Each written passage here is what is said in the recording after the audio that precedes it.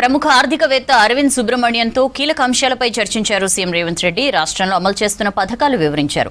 తెలంగాణ అభివృద్ధికి సలహాలు సూచనలు ఇవ్వాలని కోరారు. గ్లోబల్ సమ్మిట్ ను విజయవంతంగా నిర్వహించారంటూ సీఎం రేవంత్ రెడ్డిని అభినందిస్తూ లేఖ రాశారు ప్రభుత్వ సలహాదారు. ప్రముఖ క్యాన్సర్ నిపుణులు డాక్టర్ నోరి దత్తాత్రేయుడు మరోవైపు సెక్రటేరియట్లో సోలార్ పార్కింగ్ నిర్మాణానికి 15న భూమి పూజ చేయాలని ప్రభుత్వం నిర్ణయించింది. సీఎం రేవంత్ రెడ్డితో ప్రముఖ ఆర్థికవేత్త, భారత ప్రభుత్వ మాజీ ఆర్థిక సలహాదారు అరవింద్ సుబ్రమణియన్ భేటీ అయ్యారు. హైదరాబాద్ జూబ్లీహిల్స్ నివాసంలో ముఖ్యమంత్రిని మర్యాదపూర్వకంగా కలిశారు.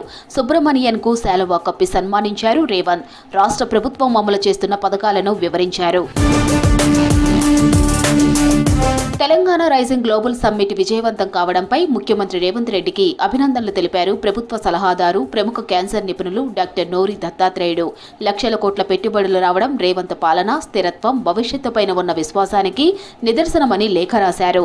ప్రపంచ వేదికపై తెలంగాణ పోటీ పడడానికి విజన్ 2047 ఉపయోగపడుతుందన్నారు.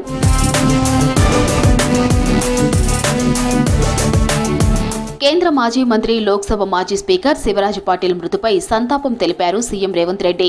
పాటిల్ మరణం దేశానికి, కాంగ్రెస్ పార్టీకి తీరని లోటన్నారు. స్థానిక సంస్థల ప్రతినిధిగా ప్రస్థానం ప్రారంభించిన పాటిల్ 7 సార్లు ఎంపీగా, లోక్సభ స్పీకర్గా, కేంద్ర హోంశాఖ మంత్రిగా, పంజాబ్ గవర్నర్గా సేవలందించారని గుర్తు చేశారు. శివరాజ్ పాటిల్ కుటుంబ సభ్యులకు సానుభూతి తెలిపారు సీఎం రేవంత్.